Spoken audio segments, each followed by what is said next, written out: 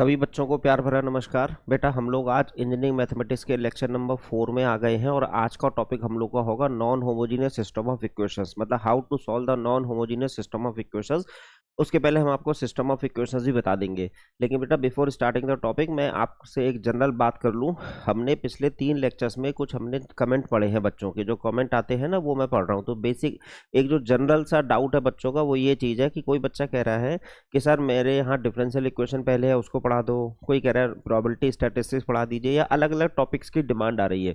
बेटा हमने जो सीरीज स्टार्ट करी है ये मेनली जो है लगभग 90% यूनिवर्सिटीज़ में, हमारे देश के जो इंजीनियरिंग कॉलेजेस हैं या यूनिवर्सिटीज़ हैं जहाँ पर बीटेक की पढ़ाई कराई जाती है, उसमें ज़्यादातर जो है जो कॉमन सिलेबस होता है सेमेस्टर 1 का वो हम लोगों ने पहले स्टार्ट करा है, जिसमें ज़्यादातर जगहों पर आपको linear algebra, differential calculus, integral calculus और वेक्टर कैलकुलस पढ़ा दिया जाता है। तो जिनको भी अभी ये देखना हो कि जैसे कुछ बच्चे कमेंट लिख रहे थे सर सिलेबस बता दो एक साथ कि आप क्या क्या चीज़ें कवर करने जा रहे हो, तो बेटा हमारा जो इंट्रोडक्शन वीडियो था ना, जिसको मैंने लेक्चर 00 करके अपलोड कराया था, प्लेलिस्ट में जाके देखिएगा, इंट्रोडक्शन वीडियो है।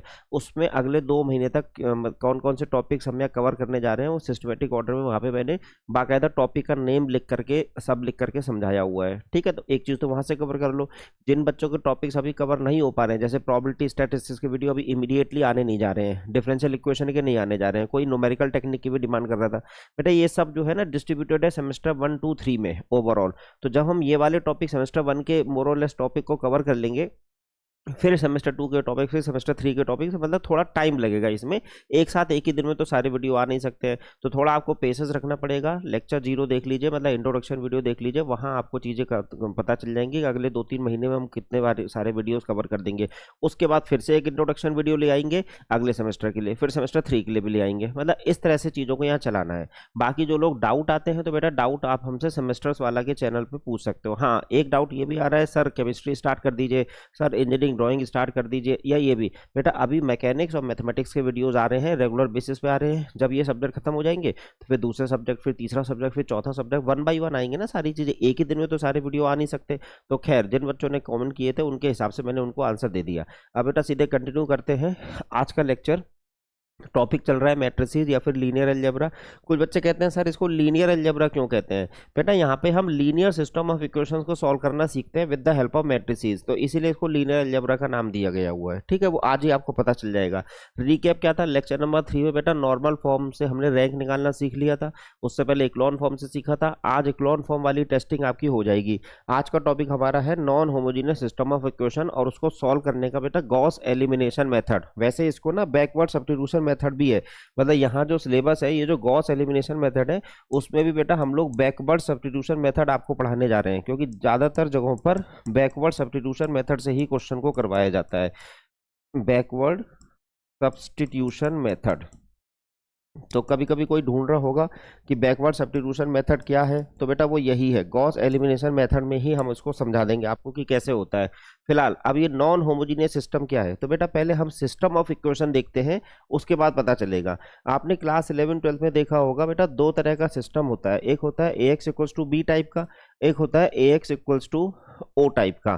तो ये है नल मैट्रिक्स। बेटा जब सिस्टम ऑफ इक्वेशन से बहुत सारी इक्वेशंस लिखी हों और राइट हैंड साइड में कुछ कांस्टेंट्स लिखे हुए हों तो कह देते हैं वो नॉन होमोजीनियस सिस्टम, लेकिन अगर राइट हैंड साइड में सब 0 0 0 लिखा हुआ है तो उसे कह देते हैं होमोजीनियस सिस्टम। देखो इसका एक बेस्ट एग्जाम्पल एक क्वेश्चन मैं आपके सामने रख देता हूँ, जिससे कि एक एग्जाम्पल पता चलेगा। जैसे ये है सामने, देखो सिस्टम ऑफ इक्वेशन है, इधर XYZ में कुछ इक्वेशंस आपको दी गई हैं और राइट हैंड साइड में देखिए ये क्या है, कॉन्स्टेंट सब लिखे हुए हैं। तो this type of system of equation is known as non homogeneous system, और इसी को रिप्रेजेंट करते हैं ax = b टाइप में। अभी इसको समझा देंगे कि कैसे लिखा जाएगा। बेटा यहीं पर ये सिस्टम अगर 0 0 0 0 मतलब इक्वेशंस इस तरह से दी जाती कि सबकी वैल्यू 0 0 0 होती, तो फिर उसे कह देते हैं होमोजीनियस सिस्टम ऑफ इक्वेशन। तो फिलहाल इस टॉपिक में हम आपको non homogeneous system of equation को सॉल्व करना सिखाने जा रहे हैं। जैसे कि मान लो यही क्वेश्चन आ जाए, देखो यही क्वेश्चन अभी हम कराएंगे कि solve the following system of equation using Gauss elimination method या फिर बैकवर्ड सब्स्टिट्यूशन मेथड। तो आखिर इसको कैसे सॉल्व किया जाए, इस तरह के सिस्टम को सॉल्व कैसे किया जाए। देखो जो क्लास 8th 9th तक के बच्चे होते थे या जो 11th 12th के बच्चे होते थे, 8th 9th तक के बच्चे कैसे करते थे, 2 इक्वेशन दी जाती थी बेटा, साइमल्टेनियसली सॉल्व करके आप आंसर निकाल ले जाते थे। 11th 12th में यही क्वेश्चन आप मैट्रिक्स मेथड से करते थे, लेकिन वहां 3 इक्वेशंस और 3 वेरिएबल्स होते थे। जैसे यहाँ पे वेरिएबल्स देखो x Y z, there are 3 unknowns या फिर 3 वेरिएबल्स, बट इक्वेशंस आर 4। अभी तक क्या है, 3 इक्वेशंस 3 वेरिएबल्स को आप मैट्रिक्स मेथड से सॉल्व करते थे, या फिर इसी को आप साइमल्टेनियसली सॉल्व करके भी कर सकते थे। मान लो एक इक्वेशन को हटा दिया जाए, तो बेटा ये जो 3 इक्वेशंस है, इन तीनों को आप किसी तरीके से इधर उधर सेटिंग करके सॉल्व कर ही ले जाओगे। वो 8th 9th का बच्चा भी कर सकता है और 11th 12th का बच्चा मैट्रिक्स मेथड से कर लेगा। प्रॉब्लम यह है कि यहाँ पर नंबर ऑफ इक्वेशन ज्यादा है। अभी तक हम लोग ये जानते थे in order to solve 3 variables we need 3 equations, लेकिन यहाँ पे तो बेटा 3 वेरिएबल्स में 4 इक्वेशन दे दिए। देखो 4th इक्वेशन, एक सेकंड अंडू करने से, हाँ ये रहा, देखो 4th इक्वेशन आ गई। अब इस तरह के क्वेश्चंस को अगर हम 8th 9th क्लास के हिसाब से अगर सॉल्व करना शुरू करेंगे तो उसके अकॉर्डिंगली ये बेटा टाइम टेकिंग हो जाएगा। तो आखिर इसका कोई ऐसा यूनिवर्सल मेथड हो जो बहुत ज्यादा टाइम टेकिंग ना हो और एक सिस्टमेटिक तरीके से चीजें हो जाए। इवन अगर मैं अभी 5 इक्वेशंस दे दूं तो क्या करेंगे, मतलब एक ऐसा मेथड कोई बन जाए जो सब जगह एप्लीकेबल हो जाए। तो उसी मेथड को हम लोग आपके सिलेबस के अकॉर्डिंगली गॉस एलिमिनेशन मेथड कहते हैं। मेथड तो बहुत सारे हैं, लेकिन हम खाली गॉस एलिमिनेशन मेथड पढ़ने जा रहे हैं। तो बेटा इसके लिए कुछ थ्योरेटिकल बातें होनी चाहिए। तो अब पहले मैं सिस्टम ऑफ इक्वेशंस को ये समझाता हूं। बेटा सिस्टम ऑफ इक्वेशंस को, नॉन होमोजेनियस सिस्टम को रिप्रेजेंट करने का ये तरीका है। अभी हमने बोला A X equals to B type में, मतलब मैट्रिक्स के फॉर्म में लिखना है उसे, जिसमें कि 0 0 0 राइट हैंड साइड में नहीं होगा। तो उसको जनरलाइज फॉर्म में लिखा हुआ है। देखो non homogeneous system of equations, इससे ये जो थ्योरेटिकल चीज है इसको जरा देख लीजिए हमारे साथ। देखो लिखा है non homogeneous system of linear equations. हाँ किसी बच्चे ने कहा था कि सर इसे लीनियर अलजेब्रा क्यों कहते हैं, तो लीनियर इक्वेशंस है ना, लीनियर इक्वेशंस को सॉल्व करने का मेथड डेवलप कर रहे हैं, इसलिए कह दिया गया लीनियर अलजेब्रा। अच्छा आगे अब देखो कोई सिस्टम ऑफ इक्वेशंस है, ये देखो बहुत सारी इक्वेशंस आपको दी गई हैं। मैंने तो अभी 4 इक्वेशंस का एग्जाम्पल दिया था आपको, यहाँ तो बहुत सारी इक्वेशंस है। इसको हम मैट्रिक्स मेथड में इस तरह से रिप्रेजेंट कर सकते हैं A X equals to B type में। तो इसमें ए क्या है बेटा, A is the coefficient matrix. ये जो ए लिखा है ना, A is the coefficient matrix, मतलब ये जो एक्स वाई जेड के कोफिशिएंट्स हैं इनको बेटा मैट्रिक्स के फॉर्म में, मतलब रेक्टेंगुलर अरेंजमेंट के फॉर्म में लिख दीजिए। तो आपका एक मैट्रिक्स जो बनेगा that is called coefficient matrix. It is represented by capital A. अच्छा किसी किसी को हमारी स्पीड फास्ट लगती है तो बेटा 0.75x की स्पीड में देख लीजिए। रिकॉर्डेड में हम इसी तरीके से बोलते हैं। अगर ज्यादा लग रही है तो आपके पास ऑप्शन है 0.75x की स्पीड में देखिए इसे। आगे देखो बेटा ये x क्या है एक्चुअल में जो वेरिएबल्स हैं आपके x1 x2 x3, नॉर्मली ये x y z होते हैं, पर कभी x1 x2 x3 भी होते हैं। जो चीज आपको निकालनी है बेटा इस सिस्टम के सोल्यूशन का मतलब you have to find the values of x1 x2 x3 and so on, जितने भी आपको वेरिएबल्स दिए हैं। तो उन सब वेरिएबल्स को बेटा कॉलम मैट्रिक्स में लिख दिया गया। उस कॉलम मैट्रिक्स को कैपिटल X बोला गया है, तो इसे कह देते हैं सोल्यूशन ऑफ योर सिस्टम। मतलब ये जो x1 x2 x3 की वैल्यू जाएंगी उसको कॉलम मैट्रिक्स के फॉर्म में रिप्रेजेंट करके आंसर दे देते हैं। बस इतना एक पैटर्न है लिखने का। ये जो राइट हैंड साइड में b1 b2 b3 जो कांस्टेंट है, जिस वजह से वो सिस्टम नॉन होमोजेनियस सिस्टम बना था, देखो ये नॉन होमोजेनियस सिस्टम किसकी वजह से बना था, इन b1 b2 b3 की वजह से, उनको भी एक नए मैट्रिक्स के अंदर लिख देते हैं that is called constant matrix. So the coefficient matrix is this one, solution matrix is this one capital X and the constant matrix is B। वो जो सामने कांस्टेंट लिखे हो उसको कैपिटल B से रिप्रेजेंट करते हैं। आई थिंक ये नहीं होना चाहिए था, ये यहाँ गलत टाइप हो रखा है शायद। हाँ जी B मैट्रिक्स ये है B1 B2 B3। बेटा जब आगे बढ़ेंगे ना, जो हमने कहा था कि आपको एक मेथड डेवलप करके निकालना होगा जिससे कि ये सॉल्व हो जाए सिस्टम। इसके लिए हम एक नया मैट्रिक्स फॉर्म करेंगे जिसका नाम है ऑगमेंटेड मैट्रिक्स। अब ये ऑगमेंटेड मैट्रिक्स बनता कैसे है, देखो एक तो आप कोफिशिएंट मैट्रिक्स उठा लो और एक साथ में ये कांस्टेंट मैट्रिक्स उठा लो, इन दोनों को क्लब कर दीजिए। जब क्लब करेंगे तो आपको इस तरह का मैट्रिक्स दिखेगा। देखिए इसमें जो ये वाला पोर्शन है, अगर ये डॉटेड लाइन के इस साइड वाला पोर्शन देखें तो ये कोफिशिएंट मैट्रिक्स है, मैट्रिक्स है। मैं इसको अलग से हाईलाइट करके दिखा देता हूँ। देखिए ये जो है ये आपका मैट्रिक्स ए है। कोई बता सकता है इसकी ऑर्डर क्या है, वहां लिखी थी m क्रॉस n। बेटा coefficient matrix order m cross n है, वो उससे पता चल जाएगा कि कितनी इक्वेशंस है, कितने वेरिएबल्स हैं। अब ये जो कंप्लीट मैट्रिक्स आपने बनाया कोफिशिएंट मैट्रिक्स में कांस्टेंट मैट्रिक्स को ऐड ऑन कर दिया, तो जो मैट्रिक्स बना that is called augmented matrix. उसकी ऑर्डर क्या होगी, तो बेटा आप देखा जाए ये कॉलम्स है ना, तो कॉलम्स आपके n है, इसमें एक कॉलम एक्स्ट्रा आ गया तो इसकी order m cross n plus 1 हो जाएगी, ध्यान रहे। तो ऑगमेंटेड मैट्रिक्स की ऑर्डर हमेशा एक कॉलम उसमें इंक्रीज हो जाता है, वो सामने दिख भी रहा होगा। अब इसको प्रॉपर तरीके से क्वेश्चंस में बना के देख लेंगे तो ज़्यादा सही है। बेटा यही सारी चीज़ें उस एग्जाम्पल में करते हैं। वो जो एग्जाम्पल अभी आपके सामने आया था ये है, इसको जो है सबसे पहले हम इसमें से ऑगमेंटेड मैट्रिक्स निकाल के दिखाते हैं आपको। देखो सीधे सोल्यूशन स्टार्ट हो गया है। कह रहे हैं इसको गॉस एलिमिनेशन मेथड से सॉल्व करिए। तो सबसे पहले मैं आपके सामने ऑगमेंटेड मैट्रिक्स लिखता हूं। तो देखो ऑगमेंटेड मैट्रिक्स में what is the coefficient matrix, तो यहां से कोफिशिएंट्स से मैट्रिक्स बना लीजिए, एक्स का कोफिशिएंट, वाई का कोफिशिएंट, जेड का कोफिशिएंट। तो बेटा ये हो गया 3 3 2, बस इतना छोड़ दीजिए। फिर उसके बाद यहाँ पे x का कोफिशिएंट देखा जाए तो ये 1 है, y का कोफिशिएंट 2 है, तो 1 2। बेटा यहाँ z तो है ही नहीं, तो आप लिख सकते हो 0 इंटू जेड, तो 0 इंटू जेड लिखेंगे, इसका मतलब z का कोफिशिएंट 0 है। Similarly in this situation here we have no x, तो बेटा हम इसको 0 इंटू एक्स लिख सकते थे ना, जैसे वहां 0 इंटू जेड लिखना था, तो x का कोफिशिएंट 0 हो गया, तो 0 10 और 3, तो ये एक second, it is 0, it is 10, it is 3। Okay, अब यहां तो साफ साफ दिख रहे हैं 2 -3 और -1, ये कोफिशिएंट्स आ गए, 2 -3 और -1। बेटा ये तो कोफिशिएंट मैट्रिक्स आ गया। अब कहा था कोफिशिएंट मैट्रिक्स के बाद उसमें कांस्टेंट्स को ऐड कर दीजिए, कांस्टेंट ऐसे डॉट डॉट डॉट लाइन करके सेपरेट कर देते हैं कि मतलब दोनों अलग अलग चीजें हैं।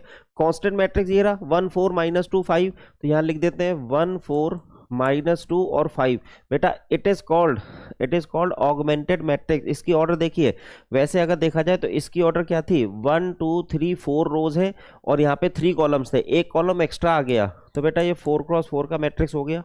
खैर ऑगमेंटेड मैट्रिक्स यहाँ पे आपको 4x4 का दिख रहा है, तो जिसमें डॉटेड लाइंस के लेफ्ट वाला पोर्शन क्या है, कोफिशिएंट मैट्रिक्स, डॉटेड लाइन के राइट वाला पोर्शन क्या है, कांस्टेंट मैट्रिक्स, जिसको मैट्रिक्स बी से बोला गया था, दोनों को क्लब कर दिया तो ऑगमेंटेड मैट्रिक्स बन गया। सोल्यूशन मैट्रिक्स क्या होगा, सोल्यूशन मैट्रिक्स बेटा कैपिटल एक्स होगा जिसमें एक्स वाई जेड आ जाएगा, या हाँ एक्स वाई जेड, तो अलग से लिख देंगे, फिलहाल ऑगमेंटेड मैट्रिक्स का जान लिया। अब बात यह है कि इसको आपको गॉस एलिमिनेशन मेथड से सॉल्व करना है। तो बेटा ये गॉस एलिमिनेशन मेथड होता क्या है, अब इसके लिए मैं आपको कुछ फॉर्मूले देने जा रहा हूं जो आपको एज इट इज याद करने पड़ेंगे, सेमेस्टर एग्जाम में उनका प्रूफ नहीं आता, इसलिए डायरेक्टली फॉर्मूले देखिए। बेटा ये है वो फॉर्मूले, लिखा है methods of solving non homogeneous system. ये नॉन होमोजीनियस सिस्टम को सॉल्व करने का मेथड देखो, ax = b से स्टार्ट कर रहे हैं, जनरलाइज सेंस में हमने ax = b लिखा हुआ है। अब दो तरीकों से चीजें होंगी, देखो सबसे पहले आपको ना रैंक ऑफ ए निकालना है और रैंक ऑफ ए बी निकालना है। ए क्या है, rank of coefficient matrix, what is A B, rank of augmented matrix. बेटा रो से रिप्रेजेंट किया जाता है इसलिए रो लिखा हुआ है कि first find the rank of A and rank of augmented matrix. अब इसमें कंडीशन है बेटा, अगर ये दोनों रैंक इक्वल नहीं आती हैं, if rank of A is not equal to rank of A B, direct conclusion is there is no solution of the system. मतलब एक्स वाई जेड की कोई भी ऐसी वैल्यूज नहीं है जो आपके सिस्टम को सेटिस्फाई कर दे, मतलब it is not possible to find any values of x y and z that will satisfies all the equations present in a system। बस इतनी कंडीशन ध्यान रखना, whenever rank of coefficient matrix is not equal to rank of augmented matrix, your conclusion will be system has no solution। बेटा जब कभी system में solution ना हो तो उसको टेक्निकली इनकंसिस्टेंट बोल देते हैं, नो सोल्यूशन को इनकंसिस्टेंट। इस बात को भी ध्यान रखना, कभी कभी ये पूछा जा सकता है कि what is the condition for consistency of a system. तो फिलहाल जब दोनों इक्वल नहीं है तो इनकंसिस्टेंट, मतलब सोल्यूशन नहीं निकल रहा है। अच्छा मान लीजिए दोनों इक्वल है, बेटा यहाँ पे देखो ये कभी कभी इक्वल भी तो आएंगे, रैंक ऑफ ए और रैंक ऑफ ए भी इक्वल आ जाएंगे, तो कह देते हैं सोल्यूशन एग्जिस्ट करेगा और सिस्टम कंसिस्टेंट है। तो यही है वो कंडीशन कि necessary condition for a system to be consistent is rank of coefficient matrix must be equal to rank of augmented matrix. और मैंने अभी आपको ऑगमेंटेड मैट्रिक्स बना के दिखा दिया जिसकी रैंक हम लोग इक्लॉन फॉर्म से निकालेंगे। इसलिए लेक्चर 2, हाँ सुनो सुनो एक डिस्क्लेमर है बेटा, आज का लेक्चर वही बच्चे देखे जिन्होंने हमारा लेक्चर 2 देख लिया है या जिनको इक्लॉन फॉर्म से रैंक निकालनी आती है, अदरवाइज ये लेक्चर आपको बहुत अच्छा समझ में नहीं आएगा। तो पहले लेक्चर 2 देख लीजिए फिर लेक्चर 4 पे आइएगा। लेक्चर 3 एक इंडिपेंडेंट लेक्चर है, उसको आप अवॉइड कर सकते हो फिलहाल इस लेक्चर के लिए। अच्छा बेटा कंसिस्टेंट का मतलब हो गया सोल्यूशन एग्जिस्ट कर रहा है, इनकंसिस्टेंट का मतलब हो गया सोल्यूशन एग्जिस्ट नहीं कर रहा है। अब मान लीजिए सोल्यूशन एग्जिस्ट कर रहा है तो बेटा फिर दो तरह के सोल्यूशन आते हैं, या तो आपका यूनिक सोल्यूशन आएगा या फिर इनफाइनाइट सोल्यूशन आएगा। अब ये यूनिक और इनफाइनाइट सोल्यूशन क्या होता है बेटा, सोल्यूशन का मतलब है यहाँ पर एक्स वाई जेड की values, small x small y small z की कौन सी वैल्यूज सारी इक्वेशंस को एट ए टाइम सेटिस्फाई कर रही हैं, those values are known as solution of the system.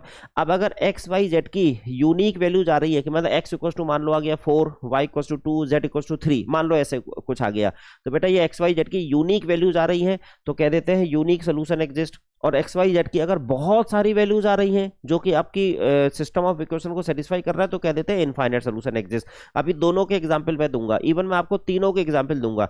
एक क्वेश्चन बेटा मैं यूनिक सोल्यूशन का कराऊंगा सॉरी, एक क्वेश्चन इनफाइनाइट सोल्यूशन का कराऊंगा, एक क्वेश्चन नो सोल्यूशन का भी कराऊंगा, तो तीनों क्वेश्चन की प्रैक्टिस आपकी हो जाएगी। आपके सेमेस्टर एग्जाम में इन्हीं तीन में से कोई एक क्वेश्चन आने जा रहा है और 100% आता है क्वेश्चन। थोड़ा आज का लेक्चर बड़ा होगा बेटा, क्योंकि ये टॉपिक को पूरा हम स्टार्ट टू फिनिश करेंगे। आपको मालूम है हम कोई टॉपिक आधे में नहीं पढ़ाते, तो जैसे ये टॉपिक उठाया है तो इसको कंप्लीट फिनिश कर देंगे।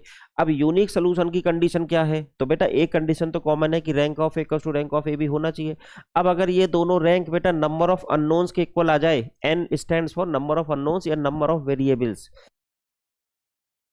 बेटा नंबर ऑफ वेरिएबल्स के इक्वल आ जाए, अगर ये तीनों बातें सेम कि rank of A equals to rank of A B equals to number of variables, जितने भी वेरिएबल्स आपको दिए हैं क्वेश्चन में, तो कह देते हैं यूनिक सोल्यूशन।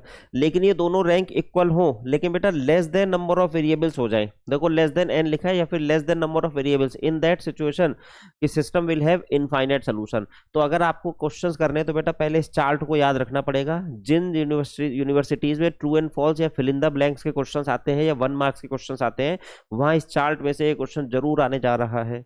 या तो कंसिस्टेंसी इनकंसिस्टेंसी की रिलेशन पूछेंगे, या यूनिक सोल्यूशन की कंडीशन पूछेंगे, या इनफाइनाइट सोल्यूशन की कंडीशन पूछेंगे, या नो सोल्यूशन की कंडीशन तो पता ही चल गई है। तो इनको तो याद कर लीजिए बेटा। इसके बेसिस पे अब हम आगे बढ़ने जा रहे हैं कि क्वेश्चन इस चार्ट की हेल्प से उस सिस्टम ऑफ इक्वेशन को सॉल्व कैसे करें। चलो देखते हैं, ये है वो क्वेश्चन।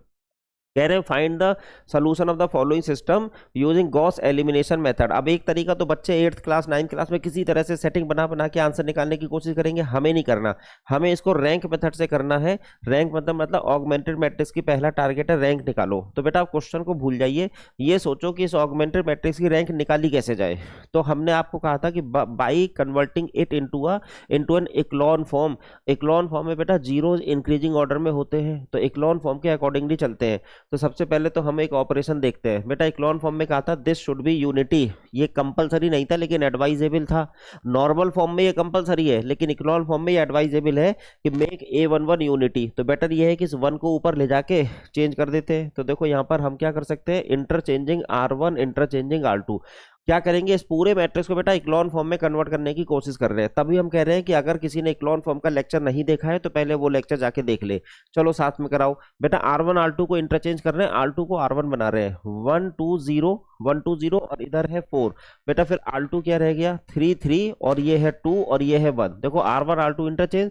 अच्छा कोई भी चेंज आपका R3 R4 में हुआ नहीं है, उसको एज इट इज लिख देते हैं। 0 10 3 और it is -2। Finally it will B 2 -3 -1 और 5। अच्छा बीच में सेपरेशन दिखाने के लिए हल्का से ये डॉटेड लेके चल रहे हैं हम। इतने ओके, मुझे लगता है यहाँ तक की बात ठीक है।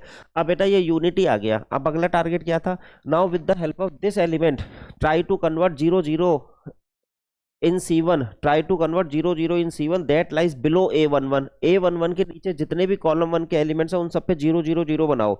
लेकिन एलिमेंट्री रो ऑपरेशन लगाना है बेटा, इक्लॉन फॉर्म यूज कीजिएगा। गॉस एलिमिनेशन मेथड आपके सिलेबस के हिसाब से बात कर रहे हैं। चलो तो 0 0 के लिए क्या करोगे, R2 tending to R2 - 3R1। बेटा R2 में से 3R1 कैंसिल करोगे तो आ जाएगा 0। ऐसी R4 में R4 - 2R1 करोगे तो यहाँ 0 आएगा, यहाँ ऑलरेडी 0 है। तो इस बात को लिखते हैं, ठीक है, इस बात को लिख करके कोशिश करते हैं समझने की। तो देखो क्या ऑपरेशन हो गया, R2 tending to R2 - 3R1 है, R2 - 3R1 and R3 tending to R3 में तो कोई चेंज है ही नहीं, आई थिंक R4 में चेंज है। तो R4 tending to R4 - 2R1। Check करें ये दोनों ऑपरेशन। बेटा 1 बाई 1 आगे बढ़ाते हैं। देखो व्हाइट मार्कर से हम ये वाली चीज लिख रहे हैं। तो R2 में चेंज हो रहा है बेटा, R1 में तो कोई चेंज हुआ नहीं। तो 1 2 0 प्रोसेस देख लीजिए, बस 3 क्वेश्चनों में पूरा चैप्टर हम खत्म कर देंगे आपका। और प्रैक्टिस के भी 3 क्वेश्चन देंगे अलग अलग कैटेगरी के। बेटा R2 - 3R1, यहाँ देखो R2 - 3R1 यहाँ आ जाएगा 0, और यहाँ पे R2 - 3R1, यहाँ 3R1 करोगे तो ये 6 हो जाएगा। 3 - 6 -3 आता है। तो बेटा ये 0 ये -3। अब जब R2 - 3 करोगे तो 0 से 3 को मल्टीप्लाई करो, कोई मतलब नहीं है। 2 - 0 बेटा 2 ही रह गया। और इस वाली सिचुएशन में 4 3 12, 1 - 12 बेटा 1 - 12 होता है -11। ओके। अच्छा R3 में कोई चेंज हुआ नहीं है, R3 एज इट इज लिख दीजिए। 0 10 और फिर आगे है 3 और ये है -2। अब R4 में देखते हैं, कह रहे हैं R4 tending to R4 -2R1। तो बेटा R4 -2R1, देखो R2 में ये 2 में से 2 टाइम्स इतना सब्ट्रैक्ट करो तो 0 आने जा रहा है। अब इसको सब्ट्रैक्ट करेंगे यहाँ से -3 और यहाँ पे 2 टाइम्स करना है, -3 -4। बेटा -3 और -4 -7 होता है, तो 2 एलिमेंट तो आ गए, एक 0 आ गया और ये -7 आ गया, ठीक है, -7। अगला देखो R4 -2R1, ये -1 रह गया क्योंकि 0 सब्ट्रैक्ट होने का कोई मतलब नहीं रह गया। और ऐसे ही R4 -2R1, बेटे ये -8, 5 -8 मतलब -3। तो यहाँ तक की पोजीशन पे आप पहुंच गए हो, ठीक है। चेक कर लीजिए क्या इतने में किसी को कोई इशू है, अगर ना हो तो फिर आगे बढ़े। कम से कम हमने फ्लो चार्ट के अकॉर्डिंगली चल रहे हैं। बेटा फिर आगे इसमें क्या किया जाए, सोचा अभी तक आपने? देखो दिख रहा होगा कुछ बच्चों को, तो यहाँ पे अब -3 आ गया, यहाँ 10 आ गया। हमने कहा था make A11 unity, make all the elements that lies below A11 0 by elementary row operation. अब अगला टारगेट होना चाहिए मेक A22 यूनिटी। बेटा इस A22 को यूनिटी बनाने के लिए थोड़ा सा दिमाग लगाना पड़ेगा। यहाँ पे देखो -3 लिखा है, अगर यह 9 हो जाए तो ये -9 और +10, -9 + 10 विल गिव 1। तो 1 या -1 कुछ बनाना था। तो पहला ऑपरेशन तो ये लगा दें कि R2 टेंडिंग टू, बेटा R2 tending to 3R2, R2 tending to 3R2, ऐसा कुछ कर देते हैं। तो इसकी वजह से जो चेंजेस आएंगे देखो वो ये है 1 2 0, थोड़ा टाइम टेकिंग है लेकिन बहुत कन्वेंशनल क्वेश्चन होता है तो इसलिए बढ़िया रहेगा। R2 टेंडिंग टू 3R2, तो बेटा ये -9 हो गया, ये 3R2 में 6 हो गया और 3 -33, ये आई थिंक -33। देखो 3R2 से करके काम हो गया, बाकी एज इट इज है 0 10 3 -2 एंड इट शुड बी 0 -7 -1 -3। यहाँ तक ठीक है। आप क्या करें, देखो दिख रहा है, अब इसमें ऐड ऑन कर देते हैं, इसी जगह कर दें क्या चेंजेस?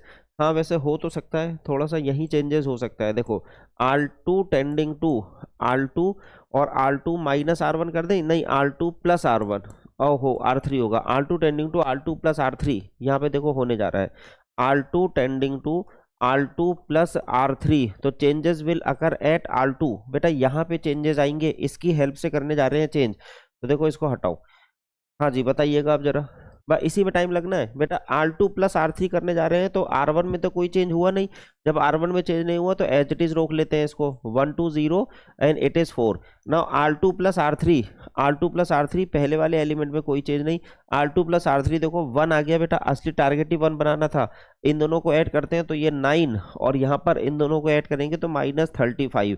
बस इसके आगे का काम इजी हो जाएगा।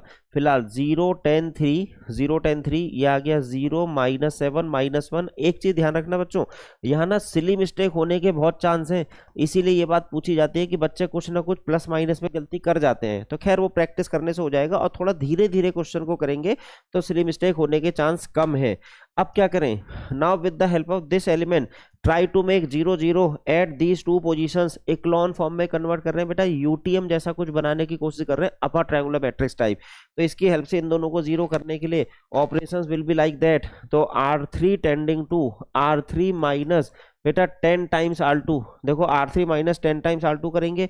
और ऐसे ही जब R4 में चेंजेस करने हैं तो R4 बेटा R4 प्लस करना पड़ेगा, R4 + 7 टाइम्स R2, मतलब यहाँ 7 टाइम्स R2 करके इसमें ऐड करोगे तो 0 आ जाएगा। और यही 0 बनाना ही टारगेट था, जिससे कि इक्लॉन फॉर्म में चीजें चली जाएं और हमको रैंक पता चल जाए। 1 2 0 4। आगे देखो 0 R3 में कोई चेंज हुआ है ना, R2 में तो हुआ नहीं, तो R2 को एज इट इज रहने देते हैं और ये है -35। ठीक, अब देखो R3 - 10 R2, यहाँ तो कुछ हुआ नहीं बेटा, R3 - 10 R2 it will B 0। फिर देखो R3 - 10, अब ये कितना होगा, -10 का मतलब 10 9 90, बेटा -90 + 3 इट शुड बी -87। ठीक है, और ऐसी 10 बेटा 10 -10 है तो 350 हो गया, और 350 में से -2 गया तो 348, 348 माइनस माइनस का प्लस साइन हो जाता है, हाँ ठीक है प्लस साइन है। लास्ट वाला देखो R4 + 7 R2, R4 + 7 R2, पहले में कोई चेंज नहीं, देखो -7 + 7 इट विल बिकम 0। फिर यहाँ पे 7 9 7 जा 63, 63 होता है, 63 और ये प्लस करना था 63 और -1, बेटा आई थिंक ये 62 रह गया, और 63 हाँ प्लस का 62। और इसमें देखो ये थोड़ा मुश्किल है बेटा, 7 से मल्टीप्लाई करना है 35 को, 35 7 जा I think 245 with negative sign ये भी नेगेटिव है तो मतलब -248। इसको ध्यान दीजिए जरा, ये कुछ आ गया। अभी क्या इक्लॉन फॉर्म है? अभी नहीं है इक्लॉन फॉर्म। अब इक्लॉन फॉर्म क्यों? क्योंकि zero should be in an increasing order. बेटा यहाँ 2 जीरो है, 2 जीरो, अब तीसरी भी चाहिए होगा। तो पहले यहाँ देखो कोई रिलेशनशिप है। मुझे याद आ रहा है बेटा 87 4 जा 348 होता है और 62 4 जा 248 होता है। तो पहले इसको 87 से डिवाइड कर दो, इसको 62 से डिवाइड कर दो, यही बेटर रहेगा। 87 और 62 से डिवाइड कर रहे हैं किसको? रो 3 और रो 4 को। थोड़ी तबीयत हमारी आज खराब है। देखिए ऑपरेशन है R3 टेंडिंग टू 1/87 R3 और R4 tending to 1/64 R2। Even आप माइनस साइन के साथ भी कर सकते हो बेटा, उसमें माइनस है ना, वहां 1 बनाने के लिए माइनस से कर देते हैं डिवाइड। ऐसे -1/87 से डिवाइड कर रहे हैं। तो यहाँ चेंजेस जो आएंगे R3 में, पहले उसको नोट करते हैं, रीड करते हैं कि क्या है। बेटा यहाँ पहले पूरा मैट्रिक्स लिखना पड़ेगा। फर्स्ट रो इज 1 2 0 और 4, 1 2 0 4, 1 2 0 4।